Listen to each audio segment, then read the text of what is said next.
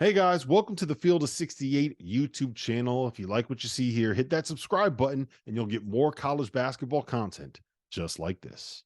Like, given who Gonzaga's front court is, they got some youth there. Like, I've kind of been waiting for the Donovan Clingan primetime breakout performance. Yeah, I think we're going to see his impact defensively more than anything else because I don't know if Graham Ike is going to be able to get anything going, but um, he's not healthy yet. Like he's dealing with a foot thing on one foot. He's dealing with a toe thing on the other foot. He missed a month of the preseason when you're supposed to be able to get in shape, and he hasn't been able to go out and get in shape the way that he needs to get into shape because of he's dealing with the foot stuff that just needs rest. So I don't know if we're going to see like a 25 point, 16 rebound performance from him, but I think you're going to get double-digit rebounds. I bet you'll get 4 blocks, and I think that the impact you're going to see is Graham Ike is not going to have a very good night. To me, this is going to be a Tristan Newton game. Ryan Nembhard's 6 foot. Tristan Newton's going to eat him up. Ooh, wow. Be careful saying out loud that any point guard in the country is going to eat up a Nembhard. That's not words I you take want it back. to live I'll take by. it back. I'm I telling take it back. I'm Erase telling that. Delete that, Trevor. That's Dump button. Hit the dump button. Hit the dump button. Let's move to what I believe is the game of the weekend. I think it's the game of the season thus far. This is Purdue and Arizona. This game is being played in Indianapolis. It's a pseudo home game for Purdue, but you know the Arizona fans travel anywhere that you go. I mean, Zach Edey against somebody almost his own size, like Tyler Hansbrough. Give us the big down or the big man breakdown of this one. Like, are they going to try and guard Zach Edey one-on-one with Oumar Ballo? I don't think so because I think it's going to put a – I think you're going to just – if you try that, I think Ballo is going to get in foul trouble, just like every other big man that has tried to guard Edey all year. And I think it's a recipe that really hasn't worked. I think what you have to do is you have to pressure Purdue and you got to contain especially Fletcher Lawyer and also Braden Smith. If they have breakout games, good luck, Arizona. But with that said, Arizona is a high-paced team. I think if they push the ball and they make Edey guard out in perimeter, I think they can present a lot of problems for Purdue. So I do like the way that Caleb Love is playing this year. I think he's a totally different player. He looks comfortable out there, playing with confidence. Looks like he's enjoying the game as well. So I'm a big Caleb Love fan too. So I like to see that. But this, to me, is going to be the most interesting game outside of my heels, obviously, because I'm got a lot at stake there. But I am interested in this matchup because their styles are so different to me. Yeah, I think that the key to this game is exactly what you just said right there, Tyler. It's going to be how do Purdue's guards deal with the ball pressure and the size and the length and the physicality of the perimeter players that Arizona is going to throw at them. What we saw happen in the Duke game was that they were able to climb up into Tyrese Proctor and Jeremy Roach and those guys and kind of limit what they were able to do offensively. And the best way, I mean, honestly, the best way to slow down Edey is to make them run their offense starting like 35 feet away from the basket instead of from the 3-point line. Make that entry pass be something that is very difficult because you ain't stopping Zach Edey once he gets the ball in the block. Mm-hmm. So you got to be able to cut off the ability to get the ball to him. I think that Purdue's going to end up winning this game because I'm buying Braden Smith and I'm buying Lance Jones and I'm buying Fletcher Lawyer. I'm buying one of them at least to go off. And I think that, you know, when you're playing in Indianapolis, they're going to be playing in a building that is going to be nothing but Purdue fans. There will be a segment of Arizona fans that make the trip there. But I mean, look, this is Purdue's backyard. I think Purdue finds a way to get the win here. But to me, it's the key is exactly what you just said. How does Purdue's backcourt deal with the perimeter pressure that they're going to get from Arizona's guards? Rob, where were you the night of December 8th, 2021? I have no idea. I can tell you where you were. You were on your couch watching Purdue lose the last regular season non-conference game that Purdue lost.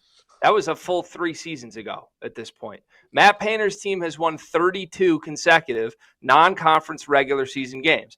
This game, notably, being played in the state of Indiana. This game, notably, not being played in the month of March. I'm going to take the Boilermakers in this spot. They got the best player on the floor. I like Purdue to continue their non-conference dominance in the regular season. The next game, you already mentioned it, Tyler. It's your Tar Heels against Kentucky. This speaks to how good this weekend slate is. We have North Carolina playing Kentucky, and it's the third game we're talking about. That seems a little bit ridiculous. Tyler, how excited are you for this game, number one? And number two, what's your prediction? Of course, I'm taking my Tar Heels. I've got a lot at stake because I talked a lot of smack to Big Blue Nation, and they deserved every bit of it, what they've come to me with on Twitter. And you better not let my Tar Heels roll into Atlanta and smack you guys like UNC Wilmington just did in Rupp. But I will say that the key to this game is going to be defense. If we can lock down Reeves and not let some other guy like Reed Shepherd come off the bench and just have a highlight night, I think we win. And also, I know that Kentucky's big man just came back and is playing.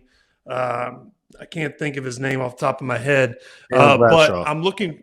Yep, Bradshaw. I'm looking for the Bradshaw and Armando matchup.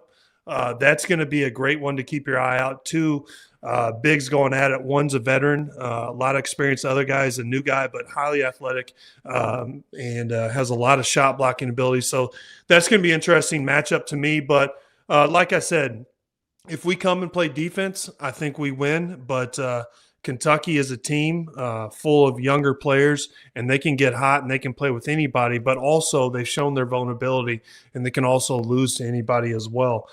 So I'm rolling with my Tar Heels. I think that Kentucky is the most dangerous offensive team in college basketball when they get it going. They don't turn the ball over. They shoot a ton of threes, and they are as lethal when they are getting good looks as anybody in the sport. And they got a guy like Rob Dillingham who is lethal when he's feeling it, even when he's not getting good looks. I think that on the other side of the ball, you got a UNC team who is just as dangerous offensively. They just put up 100 on Tennessee. They put up 62 in the first half against Tennessee. In a normal year, if you get 62 in a game against Tennessee, you had a good game against them. They put up 62 and a half against Tennessee. So I think that what we're going to see here is two teams that are defensive verse, two teams that want to get up and down the floor, two teams that want to score a ton of points. And I don't know if you guys remember this, but in 2017, back when Malik Monk was there, back when Justin Jackson was there, back when all those guys were on the roster, I believe it was the year that North Carolina won the national title. Malik Monk went for 47. Justin Jackson had 34. The final score of that game was 103-100, and it was one of the most electric, entertaining, and fun basketball games that I've ever seen at the college level. And I am fully expecting to get part two of that. I think that the only thing I will say about this is that if you bet the under, you are a complete lunatic. I think this is the most obvious overbet we've ever seen in the history of the sport. I think that there is no number, Greg, that you could give me that I will take the under on. Mostly just because like nobody bets the under. Life is too short to bet the under. But yeah, this is going to be an unbelievable game. If you're going to make me pick someone to win, I'm going to pick North Carolina just because Tyler's kind of intimidating. I don't need him getting mad at me. Let me tell you right now, you do not want to go one-on-one with Tyler Hansbrough in any setting, okay? I learned a harsh lesson on the ping pong table in Houston. Rob, quick question for you. If someone does go Malik Monk, if we get that type of performance, who's the player that does that in this game? Rob Dillingham. It's going to be Rob Dillingham or RJ Davis. I think that both of those guys end up going for 30-plus. That's my hot take. That's my prediction right there. Thank you for watching the Field of 68. If you've enjoyed what you've seen here, hit that like button, share this link with your friends, or check out the description for some other places that you can consume Field of 68 content.